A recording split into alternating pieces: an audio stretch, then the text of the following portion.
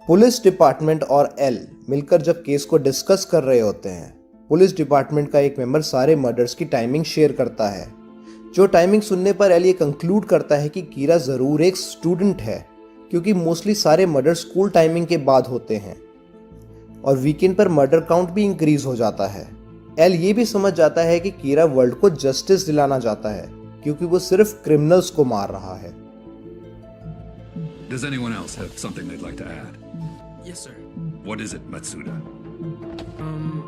Well, I'm not saying this to support Kira or to condone the murders, but in the last few days throughout the world, but especially here in Japan, we've observed a dramatic decrease in the number of violent crimes committed.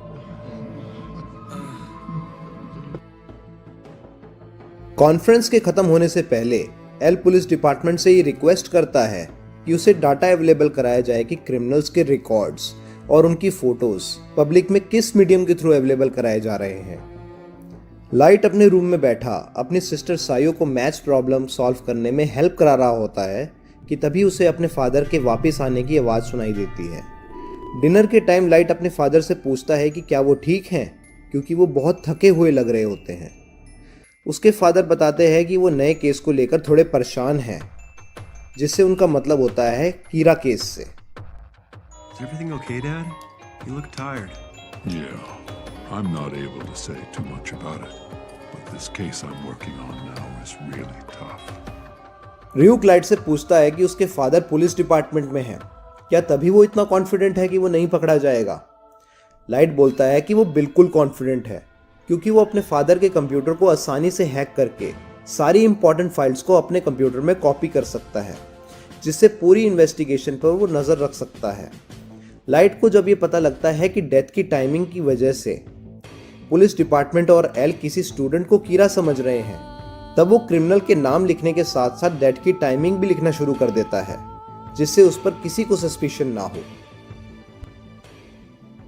Police department को जब ये पता लगता है कि 23 criminals और मारे जा चुके हैं, और वो भी हर घंटे एक क्रिमिनल, तब उनका सस्पिशन कीरा के स्टूडेंट होने पर से हटने लगता है। तभी एल पुलिस डिपार्टमेंट को बताता है कि वो मेन पॉइंट को मिस कर रहे हैं। एल बताता है कि कीरा हमें ये मैसेज सेंड करना चाहता है कि ना वो पर्सनली प्रेजेंट हुए बिना किसी को मार सकता है, वो डेथ की टाइमिंग्स भी कंट्रोल कर सकता है। I believe Kira is telling us that not only can he kill from a distance, but he can also determine the time of death.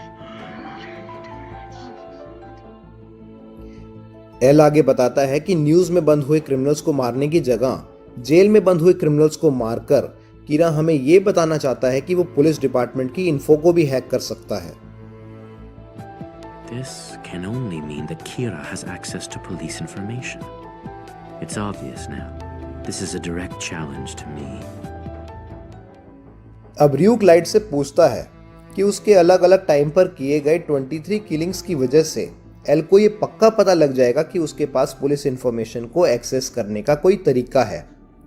तो लाइट रियूक को बताता है कि इसी वजह से एल पुलिस डिपार्टमेंट के लोगों पर शक करने लगेगा और उन्हें इन्वेस्टिगेट करने लगेगा, और पुलिस डिपार्टमेंट के मेंबर्स एल पर शक करने लगेंगे, क्योंकि वो अपनी आइडेंटिटी छुपाता है। और इसी वजह से अगर पुलिस डिपार्टमेंट एल को कस्टडी में ले आएगी, तो उसके लिए एल को एलिमिनेट करना आसान हो जाएगा।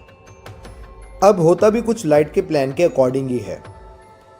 एल वतारी के थ्रू पुलिस डिपार्टमेंट में काम कर रहे मेंबर्स और उनके क्लोज जो भी लोग हैं उनकी इंफॉर्मेशन निकलवा लेता है, और दूसरी तरफ पुलिस डिपार्टमेंट के 3 मेंबर्स कीरा के डर से रिजाइन कर देते हैं। Sir, the truth is we could be killed by Kira at any time. For these reasons, we refuse to continue working this case. Excuse us, Chief. Hey, stop! All of you! Hold it right there! अब light अपने घर जा रहा होता है, तो रियूक उसे बताता है कि कोई है जो उसे फॉलो कर रहा है, जिससे लाइट बहुत टेंशन में आ जाता है। You're being followed by another human. He's watching you right now.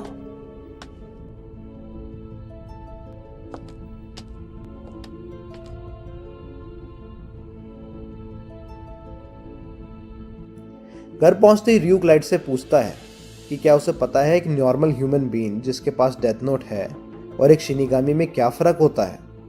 और एक शिनिगामी अपनी डेथ नोट में लोगों का नाम लिखता ही क्यों है? लाइट के मना करने पर वो उसे बताता है कि कोई शिनिगामी किसी ह्यूमन का नाम डेथ नोट में लिखता है तो उस ह्यूमन की बची हुई लाइफ शिनिगामी की एज में ऐड हो जाती है। पर जब कोई ह्यूमन डेथ नोट में किसी का नाम लिखता है तो फिर भी उसकी लाइफ उतनी ही रहती है।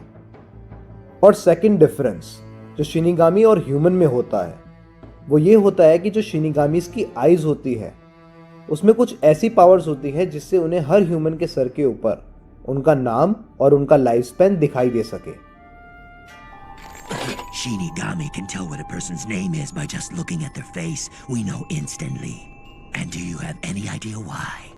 Because through a Shinigami's eyes, a human's name can be seen above their head.